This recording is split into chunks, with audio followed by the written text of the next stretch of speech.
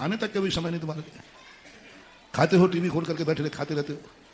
अब भोजन का तुम इतना अनादर करोगे, अभिशाप देता है भोजन भी।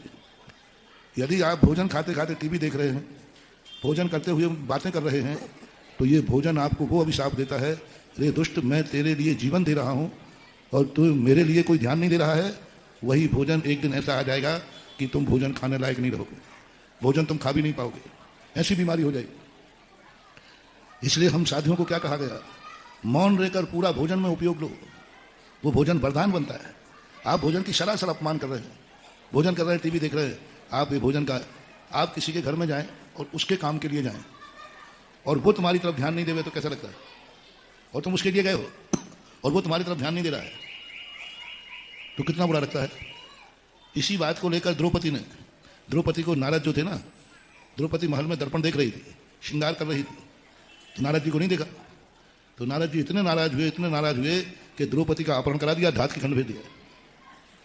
तो ये अन्न कहता है, तुम मेरा इतना अनादर कर रहे हो, मैं तुम्हारी भूख मिटाने आया हूं, और तुम टीवी देख रहे हो, जाओ, तुम्हारी ऐसी दशा करेंगे कि तुम भूखे रहोगे लेकिन भोजन तुम्हें नहीं मिलेगा। मेरा कहना है, कोई भी क्रिया करो, उस क्रिया को तन्मय होकर करो, उसमें उपयोग लाओ।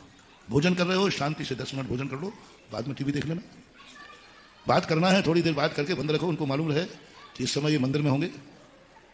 यदि मान लो सुबह का टाइम है और किसी ने आपको मोबाइल किया और आपका मोबाइल आपने नहीं उठाया और उस वाले ने तुरंत कहा, अरे इस समय वो जरूर मंदिर में होंगे, ओह, आपने इतनी बड़ी धर्म की प्रभावना कर दी कि तुम्हारी उस दिन की पूजा 100 गुनी ज्यादा हो गई। क्योंकि तुम्हारे मोबाइल नहीं उठाने से सामने वाले ने क्या समझा, इस समय मंदिर में होंगे। यानी आपने मंदिर की इतनी महिमा सामने वाले को बता दी कि मंदिर में हम मोबाइल से बात नहीं करते।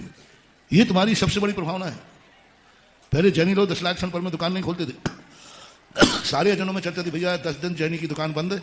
अब ये चर्चा जो होना, ये पुण्य बंद का कारण होती है। इसलिए ऐसा नहीं करना चाहिए।